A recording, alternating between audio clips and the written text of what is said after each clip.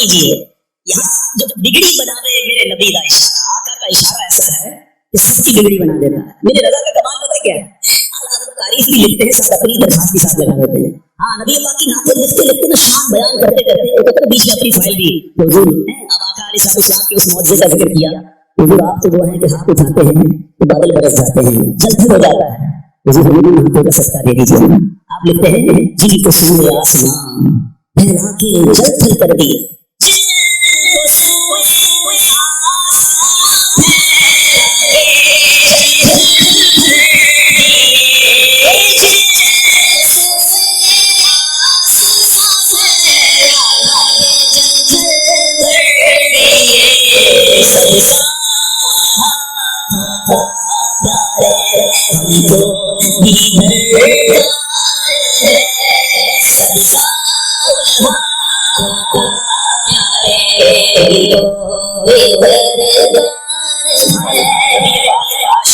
ذکر خیر ہو رہا ہے، ان کی پیاری باتیں ہو رہی ہیں اور میری گاہ کرم فرمائے. وہ تو ہاتھ اٹھاتے تو بادل برس جاتے. ہاتھوں کا صدقہ غلام بیٹھے آپ کا ذکر کر رہے ہیں. آج ان مبارک ہاتھوں کی سخاوت کا ذکر ہمیں بھی عطا فرما دیجیے. ہاتھ جس سے اٹھا غنی کر دیا، موجے بحر صفاحت پہ لاکھوں سلام. جس طرف کچھ گئی دم میں دم آ گیا، اس نگاہ عنایت پہ لاکھوں سلام. مدینے والے آقا سے گزارش کہ ہم سب پر نگاہ رحمت فرمائیں. سنو نام محمد سے عقیدہ ختم نبوت بھی کیسے ظاہر ہوتا. سبحان اللہ. اب سنیے گا، نبی پاک علیہ السلام کا نام محمد صلی اللہ علیہ وسلم اور محمد حمد سے بنا ہے، اور حمد ہمیشہ آخر میں کی جاتی ہے. ٹھیک ہے، ہم کھانا کھاتے ہیں آخر میں کیا کہتے ہیں؟ الحمدللہ. جب پانی پیتے ہیں تو آخر میں کیا کہتے ہیں؟ الحمدللہ. کوئی بھی کام ہو جائے کمپلیٹ ہو جائے آخر میں حمد کی جاتی ہے. اللہ کریم نے جنت والوں سے کیا فرمایا قرآن میں؟ وآخر دعواہم ان الحمدللہ رب العالمین. اور ان کی دعا کا خاتمہ یہ ہے کہ تمام تعریفیں اللہ کے لیے جو تمام جہان کا پالنے والا. تو پتہ چلا کہ حمد ہمیشہ آخر میں کی جاتی ہے. سبحان اللہ. اب پچھلے سارے نبیوں کے نام دیکھیں، اسی کا نام محمد نہیں تھا، اس لیے کیونکہ اب اس سلسلہ نبوت ختم نہیں ہوا تھا. سب سے آخر میں جناب محمد مصطفیٰ صلی اللہ علیہ وسلم کو بھیجا، ان کا نام پاک محمد رکھ کر بتا دیا کہ اب حمد ہو گئی ہے، اب آپ کے بعد کوئی نبی نہیں آئے گا. واہ واہ واہ سبحان اللہ. تبھی تو شاعر کہتے ہیں نا کہ نبی پاک کی شان کیسی، غم کی گھٹا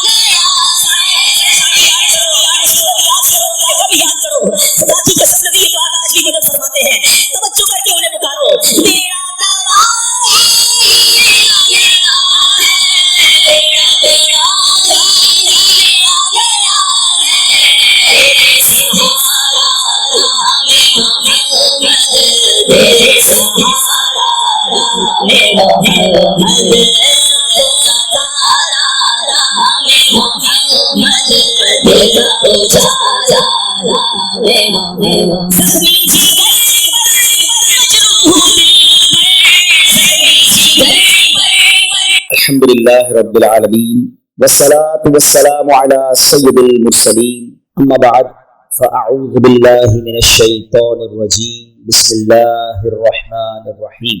پڑھیے الصلاة والسلام علیک یا رسول اللہ وعلی آلک واصحابک یا حبیب اللہ. الصلاة والسلام علیک یا نبی اللہ وعلی آلک واصحابک یا نور اللہ. درود پاک پڑھنے کے بے شمار فضائل و برکات ہیں.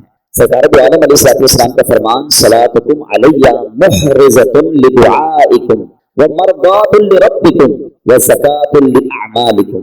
اللہ کے نبی فرماتے ہیں تمہارا مجھ پر درود پاک پڑھنا تمہاری دعاؤں کی حفاظت کرنے والا اور تمہارے رب کی رضا کا باعث اور تمہارے اعمال کی پاکیزگی کا سبب ہے۔ ایک درود ہے، بلیسنگز اور بینیفٹس کتنے ہیں کہ فرمایا دعاؤں کی حفاظت کرنے والا ہے درود پاک، اللہ کو راضی کرنے والا ہے اور اعمال کی پاکیزگی کا سبب ہے۔ تو پھر کیوں نہ ہم کثرت سے درود پاک پڑھتے رہا کریں۔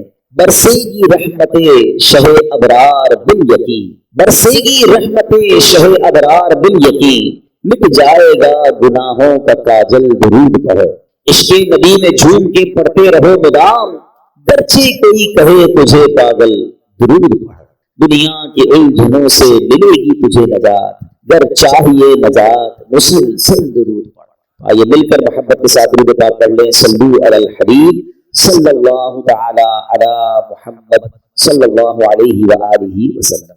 الحمدللہ ہم قرآن پاک کی کچھ آیتوں کو سنتے ہیں اور ان آیتوں سے ملنے والا میسج سمجھنے کی کوشش کرتے ہیں۔ آج قرآن پاک کا پارہ ہے 11 سورہ یونس، آیت نمبر 87 کی تلاوت سنیں گے اور اس کے تحت کچھ میسج آف قرآن انڈرسٹینڈ کرنے کی کوشش کریں گے۔ اللہ قرآن میں ارشاد فرماتا ہے وَأَوْحَيْنَا إِلَى مُوسَىٰ وَأَخِيهِ أَن تَبَوَّآ لِقَوْمِكُمَا بِمِصْرَ بُيُوتًا وَاجْعَلُوا بُيُوتَكُمْ قِبْلَةً وَأَقِيمُوا الصَّلَاةَ وَبَشِّرِ الْمُؤْمِنِينَ۔ یہ ایسی کمال کی آیت ہے کہ اس آیت میں ہم سب کو اپنے گھر کا انوائرمنٹ کیسا رکھنا ہے وہ گائیڈ کیا گیا ہے۔ آج گھر کی ڈیزائننگ کیسی ہو، گھر کی کلر اسکیم کیسی ہو، گھر کا فرنیچر کیسا ہو، ایمبیانس کیسا ہو، ایلیویشن کیسا ہو، اس پر بہت ڈسکس ہوتی ہے۔ گھر کے اندر ماحول کیسا ہو، گھر والوں کا آپس میں انٹریکشن کیسا ہو، ہماری شریعت، ہمارا قرآن ہم سے کیا چاہتا ہے۔ Actually this is today's topic, ٹھیک ہے۔ اب ذرا پہلے اس کا ترجمہ سن لیجیے۔ اللہ قرآن مجید میں ارشاد فرماتا ہے، آسان ترجمہ قرآن کنز العرفان، اور ہم نے موسیٰ اور اس کے بھائی کو وحی بھیجی کہ مصر میں اپنی قوم کے لیے مکانات بناؤ اور اپنے گھروں کو نماز کی جگہ بناؤ اور نماز قائم رکھو اور مسلمانوں کو خوشخبری سناؤ۔ سبحان اللہ۔ تو پتہ چلا کہ یہ قرآن نے حضرت موسیٰ علیہ السلام کو اللہ کریم نے جو سمجھیے آرڈر دیا یا اس کی گائیڈ لائن دی وہ کیا ہے، انشاءاللہ اس کو ہم سمجھتے ہیں۔ پہلے ایک بات سمجھ لیجیے کہ اللہ کریم کی ہمارے پاس ہم پر کروڑوں نعمتیں ہیں، ایک اہم ترین نعمت ہمارا گھر بھی ہے۔ گھر چاہے جھوپڑی کی صورت میں ہو، محل ہو یا چھوٹا ہو، بڑا ہو، عالیشان گھر ہو، گھر آخر گھر ہی ہوتا ہے۔ حضرت انس بن مالک رضی اللہ عنہ فرماتے ہیں نبی پاک جب بستر پر تشریف لاتے کتنی خوبصورت دعا ہے وہ فرماتے، یہ دعا بھی ہے اور ہم سب کے لیے میسج بھی ہے۔ اللہ کے نبی دعا فرماتے الحمدللہ الذی اطعمنا وسقانا وکفانا۔ ترجمہ کیا ہے؟ سب تعریف اللہ پاک کے لیے ہے جس نے ہمیں کھلایا پلایا، ہماری ضرورت پوری فرمائی اور ہمیں ٹھکانہ عطا فرمایا۔ کتنے ایسے ہیں جن کے پاس بقدر کفایت اسباب نہیں، کتنے ایسے ہیں کہ جن کا کوئی گھر نہیں۔ یہ گھر ملنا، بلے آپ کرائے کے گھر میں رہتے ہیں، کہیں بھی رہتے، چھت ہے نا، یہ بہت بڑی نعمت ہے۔ آج بھی کتنے لوگ ہیں جو بے گھر ہیں، فٹ پاتھ پہ سوتے ہیں۔ کیا ہم نے اس بات پر کبھی اللہ کا شکر ادا کیا کہ اللہ تو نے ہمیں گھر دیا ہے، ہمیں بے گھر نہیں بنایا؟ گھر بہت بڑی نعمت ہے۔ کچھ لوگ جو ٹریول کرتے ہیں، میری بات جلدی سمجھ جائیں گے، ہم دنیا بھر میں ٹریول کر لیں، آپ پنجاب جائیں، پاکستان کے کسی شہر جائیں، یہ دنیا میں کہیں ٹریول کریں، جن کو اللہ نے نوازا ہے وہ 5 اسٹار ہوٹل میں رہیں، بہترین گھروں میں رہیں، مگر جو لطف اور سکون اپنے گھر آ کر ایک انسان کی فیلنگ بنتی ہے کہ میں اپنے گھر میں ہوں، بے شک وہ گھر چھوٹا سا ہو، چھوٹا سا بستر کیوں نہ ہو، وہ کہتے ہیں جیسی نیند اپنے بستر پر آتی ہے وہ دنیا میں آپ کو کسی بھی لگژری گھر پہ بھی کسی بھی نرم بستر پر نہیں آتی۔ ایسا یہ نعمت ہے، اپنے گھر میں آ کر بندہ ایک سیکیورٹی فیل کرتا ہے۔ اگر اس بات کو سمجھیے کہ اللہ کریم نے ہم پر احسان کتنے کیے، اس دنیا میں کتنے جانور، موذی کیڑے، سانپ، بچھو، شیر جو انسانوں کو تکلیف پہنچانے والے ہیں، اگر وہ ہمارے گھروں کی طرف ہمارے محلوں میں آ جائے تو کتنا بڑا مشکل ہو جائے گی، گھر سے نکلنا مشکل ہو جائے گا نا۔ کوئی تو ہے جس نے سب کو ہماری آبادی سے روک رکھا ہے، رائٹ لیفٹ کئی جگہوں پر یہ جانور پائے جاتے ہیں، آس پاس جنگلات ہیں شہروں کے آس پاس، مگر وہ آبادیوں کی طرف نہیں آتے۔ یہ اللہ کریم ہے جس نے ان آفتوں، بلاؤں، ان مشکلوں کو ہمارے گھروں سے، ہماری سوسائٹی سے روکا ہوا ہے۔ ہم اپنے گھروں میں سکون پاتے ہیں، مگر کیا کبھی سکون کا شکر ادا کیا ہے؟ نبی پاک کی اس دعا ایک چھوٹا سا حصہ ہے نا، اس کو بار بار پڑھتے رہا کریں۔ الحمدللہ الذی کفانا وآوانا، مل کر پڑھ لیں الحمدللہ الذی کفانا وآوانا۔ اس کا معنی کیا ہے؟ تمام تعریفیں اس اللہ کے لیے ہے جو اس نے ہماری ضروریات پوری فرمائی اور ہمیں ٹھکانہ عطا فرمایا۔ ہم اللہ سے دعا کرتے ہیں اللہ ہمیں اپنے گھر میں اور برکتیں نصیب فرمائے۔ ہمارے گھر میں ہماری حفاظت فرما، ہمارے گھر والوں پر رحمت کی نظر فرما. اے اللہ دنیا میں ٹھکانہ دیا ہے، جنت میں بھی ٹھکانہ عطا فرما. شکر ادا کرو گے نا، کہتے ہیں لئن شکرتم لازیدنکم، تم میرا شکر ادا کرو گے میں تمہیں اور عطا کروں گا. جو بڑے بڑے گھروں میں رہ کر بھی کچھ لوگ ناشکرے ہیں اور کچھ چھوٹے سے بستر پر سو کر بھی اللہ کا شکر ادا کر رہے ہیں. کمال تو یہ ہے نا کہ شکر زبان پر ہو، شکوہ نہیں ہونا چاہیے. لیکن میرے پیارے اسلامی بھائیوں، اب جو ٹاپک ہے ایکچولی کہ گھر کے اندر کا ماحول یہ کتنا ضروری ہے، اچھا ہونا، نیک ماحول ہونا. نبی پاک کی حدیث ہے سلامت الرجل فی الفتنہ ان یلزم بیتہ، فرمایا فتنوں میں سلامتی کی راہ یہ ہے کہ بندہ اپنے گھر کو لازم پکڑے. ایک بار نبی پاک علیہ السلام نے فتنوں کا ذکر کیا تو حضرت عقبہ بن عامر رضی اللہ تعالیٰ نے پوچھا یا رسول اللہ صلی اللہ علیہ وسلم اس وقت نجات کیسے ہوگی جب فتنوں کا دور آ جائے گا، قیامت کے قریب فتنوں کا دور ہوگا. تو نبی پاک نے ایک فارمولا دیا. آقا نے فرمایا املک علیک لسان، جب فتنے پھیل جائیں تو 3 کام کرنا. ٹھیک ہے، اپنی زبان کو اپنے قابو میں رکھ. وَلْيَسَعْكَ بَيْتُكَ، تمہارا گھر تمہیں کافی ہو، زیادہ باہر نہ نکلو، گھر کے اندر وقت گزارو. پھر فرمایا وَابْكِ عَلَىٰ خَطِيئَتِكَ، اپنی خطاؤں پر آنسو بہاتے. فتنوں کا دور ہو تو اپنی زبان قابو میں رکھنی ہے، اپنے گناہوں پر رو رو کر معافی مانگتے رہے اور اپنے گھر میں رہے. اچھا یہ تو حدیث پاک ہے. اب علماء فرماتے ہیں کہ یہ شاید ہمارے معاشرے کے لحاظ سے یہ حدیث اس طرح امپلیمنٹ نہیں ہو پاتی کہ آج کئی لوگوں کے گھروں کا ماحول ایسا ہے کہ بندہ باہر رہے تو شاید فتنوں سے بچا رہے. گھر کے اندر لڑائی ہے، جھگڑے ہیں، امن و سکون نہیں ہے. گھر میں پہنچتے ہی دروازہ بند کر کے انسان وہ گناہ کر رہا ہے کہ جو باہر نہیں کرتا. باہر پورا دن بعض اوقات کام کاج میں بزی ہے تو ان گناہوں کا موقع نہیں مل رہا، مگر گھر کے اندر جا کر جب اپنے روم میں ہے تو اب جناب اس کو وہ کچھ کرنے کا موقع مل رہا ہے جو اللہ کو ناراض کرنے والا کام ہے. نبی پاک تو فرما رہے فتنوں کے دور میں گھر کو لازم پکڑ لو. مگر کیا گھر ایسا بنایا ہم نے کہ جو فتنوں سے محفوظ ہو؟ کئی گھر ایسے جہاں غیبتوں کا بازار ہے، کئی ایسے جہاں ماں باپ کے ساتھ بچوں کی بدتمیزیاں ہیں، کئی ایسے جہاں بھائی بہن ایک دوسرے کے خلاف بیٹھے ہیں. گھر کے اندر جاتے ہی جناب فیملی کے اندر ایک ایسا ماحول بنا ہوا ہے کہ وہاں ایک دوسرے کی غیبتیں ہو رہی ہیں. گھر تو فتنوں سے بچنے کی جگہ تھی، گھر تو سکون کی جگہ تھی. گھر تو ایسا ہونا چاہیے کہ گھر میں جائے تو بندہ سوچے میں رحمت والی جگہ پر آ گیا. مگر کیا ہم نے اپنے گھر کے انوائرمنٹ کو ایسا بنایا کہ جس کو اللہ کریم نے قرآن میں ارشاد فرمایا؟ آپ کو پتہ ہے جب قیامت کا دن ہوگا تو کچھ خوش نصیب وہ ہوں گے جنہیں سیدھے ہاتھ میں نامہ اعمال دیا جائے. ہم اللہ سے دعا کرتے ہیں کہ خوش نصیبوں میں ہمیں بھی شامل فرما. مگر کچھ مجرم وہ ہوں گے جن سے رب ناراض ہوگا، اس کو اس کے الٹے ہاتھ میں پیٹھ پیچھے اس کو نامہ اعمال دیا جائے گا اور یہ بندہ اس دن موت مانگے گا مگر اسے موت ملے گی نہیں، تو اسے جہنم کی بھڑکتی ہوئی آگ میں ڈال دیا جائے گا. اس شخص کا جرم پتہ کیا ہوگا؟ قرآن کہتا ہے اِنَّهُ كَانَ فِي أَهْلِهِ مَسْرُورًا، یعنی بے شک وہ اپنے گھر والوں میں خوش تھا. گھر والوں میں خوش تھا، یہ جرم تھا. اس کی تفسیر میں علماء نے فرمایا کہ اپنے گھر والوں کے ساتھ گھر کے اندر خواہشوں، شہوتوں، غرور و تکبر میں مبتلا رہتا تھا. گھریلو خوشیوں میں ایسا مگن تھا کہ آخرت کو بھول چکا تھا. لہذا نہ خود اس نے اچھے عمل کیے، نہ گھر والوں کو اچھے اعمال کی ترغیب دلائی، یوں ہی گناہوں میں مصروف رہ کر موت کے گھاٹ اتر گئے. آج کتنے ایسے جن کے گھروں میں نمازیں ہیں، کتنے ایسے جن کے گھروں میں عبادت ہے، گھر والوں کی کیا دین کی طرف تبلیغ کی، کیا گھر میں نمازوں کا ماحول ہے، یا کیا بچوں میں قرآن و سنت کی ترتیب ہے، یا گھر کے اندر کسی کو پتہ ہی کچھ نہیں ہے. اب بھی ایسے کئی گھر ہیں جن کے گھروں میں اسلامی تہوار آتا ہے تب بھی بچوں کو، فیملی کو پتہ نہیں ہوتا کیونکہ وہ اپنی زندگی کے مگن ہے، اور جو گھر کا سربراہ ہے اس کو بھی اس کی فکر نہیں ہے. میں آپ کو ایک مسلمان گھرانے کا واقعہ بتاتا ہوں، پاکستان کا تو نہیں ہے لیکن انفارچونیٹلی جتنا تیزی سے ہمارے وطن میں ماڈرنزم اور دین سے دوری والا ماحول بنتا جا رہا ہے اور گھر کے بڑوں کو فکر بھی نہیں ہے، یہ دور نہیں دن آپ پاکستان میں بھی یہ دیکھیں. یوپی کا واقعہ، ایک بھائی ٹریول پر گیا، والد کی طبیعت خراب تھی تو واپس آیا، تو کچھ دنوں بعد واپس آیا، والد صرف گھر میں نہیں تھے، چھوٹا بھائی تھا جو اپنی گیمز میں اور اپنے موبائل میں، کمپیوٹر میں، جو آج کا نوجوان کا اسٹائل ہے کہ لگا رہتا تھا. تو والد صاحب کو ڈیتھ ہو گئی تھی. تو مجھے انفارم کیوں نہیں کیا؟ آپ بزنس ٹرپ پہ تھے. میں نے کہا کیا کرو ڈسٹرب کرنے کی، فیونرل کرنا تھا، ان کا آخری رسومات ادا کرنی تھی، میں نے کر دی. تم نے کیسے آخری رسومات ادا کی؟ جنازہ کدھر ہوا، کون سے قبرستان میں دفنایا؟ جنازہ بھی کرنا ہوتا ہے. میں تو گوگل پہ گیا، سرچ کیا کہ فیونرل کیسے ہوتا ہے، کسی کا ڈیتھ ہو جائے تو how what you have to do. تو گوگل نے مجھے 4-5 آپشن دیے. میں نے سب سے سستا والا جو آپشن تھا ان پر کال کیا، وہ آئے ابو کو لے گئے، بس فنش. یہ تم نے کیا کیا؟ آپ کو پتہ کیا ہوا اس مسلمان والد کے ساتھ؟ جب سرچ کیا کہ کس فیونرل والے کو دیا ہے تو جو سب سے سستا آپشن تھا کہ وہ میتوں کو آگ لگایا کرتے تھے. اس نے یہ نہیں، اس کو یہ پتا بھی نہیں تھا کہ جنازہ کچھ ہوتا ہے، اس کو یہ نہیں پتا تھا غسل میت ہوتا ہے، اس کو یہ نہیں پتا تھا کہ جناب قبرستان میں دفن کیا جاتا ہے. میں مسلمان گھرانے کی آپ کو واقعہ سنا رہا ہوں جو میں نے خود جا کر سنا ہے. اب مجھے بتاؤ اس بچے کا قصور تو تھا مگر کیا والد کا قصور نہیں تھا؟ اس کا مطلب والد کسی جنازے میں بیٹے کو لے کر نہیں گیا ہوگا.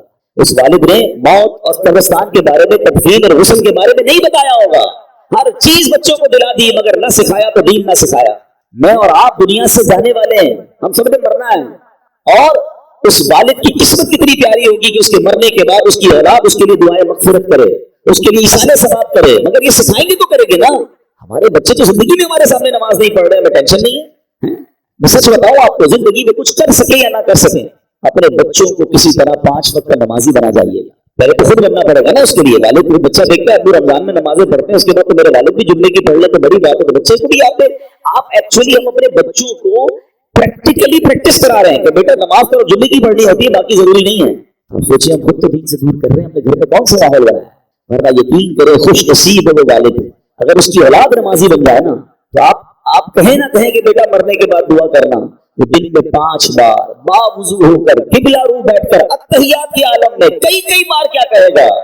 ربنا اغفر لی ولوالدی وللمؤمنین یوم یقوم. اور کیا چاہیے اس والد کو قبر میں کہ فجر ہو تو اس کا بیٹا، اس کی بیٹی، اس کے بچے دعا کر رہے ہیں اللہ میرے ماں باپ کو بخش دے. ظہر میں دعا کر رہے ہیں، عصر میں دعا کر رہے ہیں، مگر گھر میں نمازوں کا ماحول ہی نہیں. عید کی نماز پڑھ لی تو پڑھ لی، اب تو جمعے کی نماز بھی لوگوں کی سنیں قضا ہونے لگ گئی ہے. ٹینشن اپنے لیے بھی ٹینشن نہیں ہے، بچوں کے لیے بھی نہیں ہے. قرآن کی آیت پکار کر کہہ رہی کہ گھر بناؤ اور اس گھر میں نمازوں کا اہتمام. خدا اپنے گھر کے ماحول پر توجہ دیجیے. یہ سرمایہ ہے، یہ اولاد، یہ فیملی، یہ گھر، یہ ہمارا پھل ہے. اگر گھر میں قرآن و حدیث اور نمازوں کا معاملہ ہوگا تو سبحان اللہ. اے میرے پیارے اسلامی بھائیو، قرآن نے کیا کہا کہ مصر میں اپنی قوم کے لیے مکانات بناؤ. ناٹ اونلی مکانات، ڈیفینس میں گھر ہونا چاہیے، فلاں سوسائٹی میں گھر ہونا چاہیے. یہاں تک تو ہماری پلاننگ ہے کہ گھر اچھا ہو، بیوٹیفل سوسائٹی میں ہو. آگے قرآن کہتا ہے وَجْعَلُوا بُيُوتَكُمْ، اور اپنے گھروں کو نماز کی جگہ بناؤ اور نماز قائم رکھو. اور جو یہ کرتا ہے اس کو کیا ملے گا؟ وَبَشِّرِ الْمُؤْمِنِينَ. قرآن کہتا ہے مسلمانوں کو خوشخبری سناؤ. خوشخبری ملنی ہے، رحمتیں ملنی ہیں، عافیتیں ملنی ہیں اگر گھر میں نمازیں ہیں. اے میرے پیارے اسلامی بھائیوں، اللہ کے پیارے حبیب علیہ السلام فرماتے ہیں اجعلوا فی بیوتکم من صلاتکم ولا تتخذوها قبورا. فرمایا کچھ نماز گھر میں بھی پڑھا کرو، گھروں کو قبرستان نہ بنا دو. اس کا مطلب بیوٹیفل ہاؤس ہے، ایکسٹرا ایمبیانس ہے، شاندار فرنیچر ہے، سب کچھ ہے میرے اور آپ کے گھر میں، اسٹینڈ بائی جنریٹرز ہیں. اور اگر نماز نہیں ہے نا تو وہ گھر قبرستان ہے. ہم سمجھ رہے اتنا لگژری گھر کو قبرستان. نبی یہ بات فرما رہے ہیں گھر میں نمازیں پڑھو. یہ مردوں کے لیے تو یہی حکم ہوگا کہ مسجد میں آ کے پڑھیں، مگر کچھ نوافل گھر میں بھی پڑھیں، کبھی شراط شاش پڑھیں، کبھی تہجد پڑھیں، کبھی دیگر نماز کے نوافل پڑھیں. مگر خواتین گھر کی، بچے، یعنی گھر میں اللہ کرے ایسا ماحول ہو کہ جب نمازوں کا وقت آئے تو ایک کمرے سے تلاوت کی آواز آ رہی ہے، کہیں سے نمازوں کی پتہ چل رہا ہو. ماشاءاللہ کتنے خوش نصیب ہیں وہ لوگ جو گھر جاتے ہوں تو گھر والے نمازیں پڑھ رہے ہیں. اے میرے پیارے اسلامی بھائیوں، ایک اور جگہ پیارے آقا فرماتے ہیں اقربوا بیوتکم ببعض صلاتکم، یعنی کچھ نمازوں کے ذریعے اپنے گھروں کی عزت بڑھاؤ. آپ چاہتے ہیں نا گھر کی عزت بڑھے؟ اے ہے جس گھر میں نمازیں ہوتی ہیں نبی پاک نے فرما دیا تو حق ہے اس گھر کی پورے محلے میں عزت ہو جائے. آج بھی دیکھیے علماء کے گھر، امام صاحبان کے گھر لوگ دعا کروانے آتے ہیں، گھر میں نمازیں ہو رہی ہیں نا، عبادت ہو رہی ہے، اللہ اس گھر کو ممتاز کر دیتا ہے. ہم سمجھتے ہیں ایکسٹرا لائٹ لگاؤں گا، ذرا خوبصورت ایلیویشن کروں گا، ذرا ہٹ کے ڈیزائننگ کروں گا تو وہ سب سے مشہور ہو جائے گا. نہیں، عزت دینے والا رب ہے اور اللہ کے سب سے معزز بندے ہیں. اللہ کی مخلوق میں سب سے بڑھ کر عزت والے کون ہیں؟ ہمارے آقا علیہ الصلوۃ والسلام ہے. وہ فرما رہے ہیں کہ کچھ نمازوں کے ذریعے اپنے گھروں کی عزت بڑھاؤ. نماز کے بارے میں کہو، حدیث سنو، الصلاۃ عماد الدین، نماز دین کا ستون ہے. مجھے بتایا نا ہمارے گھر کے پلر نکال دیں تو گھر تو گر جانا ہے نا. یہ تو ایمان کا پلر ہے، مگر اس کی فکر نہیں. تو میرے پیارے اسلامی بھائی، ہمیں اپنے گھروں کے ماحول کو اچھا کرنا، اپنے بچوں کی تربیت کی فکر کیجیے، انہیں وقت دیجیے. آج کل جو ماحول ہے، میں اشارہ کر کے گزر جاؤں گا، ہر تھوڑے دنوں بعد آپ کو سوشل میڈیا پر نیوزز مل رہی ہیں، الیکٹرانک پرنٹ میڈیا میں نیوز ملتی ہے کہ فلاں بچے نے فلاں کام کر دیا، فلاں نے فلاں کو قتل کر دیا، فلاں نے فلاں کو جلا دیا، فلاں اسکینڈل میں پکڑا گیا، فلاں جناب منشیات میں معاملات میں آ گیا، فلاں ڈرگس کا کام کر رہا ہے، فلاں کمپیوٹر پہ بیٹھ کے کیا کچھ کر رہا ہے، اسکیمز کر رہا ہے. یہ ہمارے علاقے میں، ہمارے شہروں میں، ہمارے ملکوں میں ہو رہا ہے نا. ہم کیوں انتظار کر رہے ہیں کہ آگ میرے گھر میں جب آئے گی پھر غور کروں گا؟ اس سے اندازہ کیجئے یہ سمپٹمز ہوتے ہیں، یہ اشارے ہوتے ہیں تو معاشرہ کدھر جا رہا ہے. ماں باپ کو فکر نہیں کہ بچے گھر میں کیا کر رہے ہیں. اتنی دوری مت رکھیں اپنی فیملی کے ساتھ. یاد رکھیے کوئی بڑا ڈیزاسٹر ہو اس سے پہلے آنکھیں کھولیے نا. ہماری بچی کہاں جا رہی ہے، ہمارا بیٹا کہاں جا رہا ہے، وہ کس سے مل رہا ہے، کوئی فکر نہیں ہے. وہ کہتے ہیں نا اپنے بچوں کو تم دوست بن جاؤ اس سے پہلے کہ کوئی ایسا دوست بن جائے جو اس کی آخرت اور دین اور دنیا سے برباد کرے. بہت برا حال ہے. پلیز تھوڑا وقت دیجیے. اچھی تربیت، یہ تربیت نہیں ہے کہ آپ بھی نمازیں قضا کر رہے ہیں اور بچے بھی نمازیں قضا کر رہے ہیں. آپ بھی نمازی بنے، ہم بھی نیک بنے، آپ بھی ماشاءاللہ تلاوت کی طرف آئیں، بچوں کو ایسے پروگرامز میں لے کر آئیں، بیانات میں لے کر آئیں، مدنی چینل گھر پہ بیٹھ کے دکھائیں. ہم آپ کی سپورٹ چاہتے ہیں. اور کیوں چاہتے ہیں؟ تاکہ مسلمانوں کے گھر جنتی گھرانے بنے نا. اب آخر میں ایک دعا سن لیجیے، آمین بھی کہیے گا، ہو سکے تو یاد کر لیں، ہو سکے تو ہر نماز کے بعد یہ دعا کریں. اللہم ربنا ہب لنا من ازواجنا وذریاتنا قرۃ اعین واجعلنا للمتقین اماما. آمین. نبی پاک کی دعا کریں اپنے بچوں کے لیے، اپنی فیملی کے لیے دعا بھی کریں. لیکن یہ سب چیزیں بدلیں گی کیسے جب ہم بدلیں؟ ہم اچھے ماحول میں آئیں گے. میں آپ کو آفر کرتا ہوں، دعوت اسلامی مردوں کے لیے اجتماع الگ کرتی ہے، خواتین کے لیے اجتماع الگ ہے، بچوں کے لیے مدرسے الگ ہیں، اسکولز اسلامک الگ ہیں، انسٹیٹیوٹس الگ ہیں. ہم اگر بدلنا چاہتے ہیں اور فیملی کو بدلنا چاہتے ہیں اور اپنے بچوں کو اپنی مغفرت کا ذریعہ بنانا چاہتے ہیں، دیر از اے وے. آئیے اس ماحول سے وابستہ ہو جائیں. اللہ پاک ہم سب کے گھرانوں کو جنتی گھرانہ بنا دے. اس کو پلیز سیریس لیجیے گا. اپنے بچوں سے، اپنی فیملی سے اچھے کنیکشن کا وقت دیجیے گا اور انہیں کسی طرح دین کی طرف آہستہ آہستہ لانے کی کوشش کریں. سستی نہیں کرنی، پیار محبت سے جو ایک انداز ہے اچھے انداز سے کیجیے. انشاءاللہ اللہ کرے گا وہ دن آئیں گے کہ یہ بچے، یہ فیملی، یہ ہمارا گھر ہم سب کی آنکھوں کا نور اور حقیقی گھر بن جائے گا کہ جس کو نبی پاک نے فرمایا کہ گھروں میں نمازیں ہوں، گھروں میں عبادت ہو، گھروں میں تلاوت ہو. اللہ ہمارے گھرانوں کو ایسا گھرانہ بنا دے. آمین بجاہ النبی الامین صلی اللہ تعالی علیہ وسلم.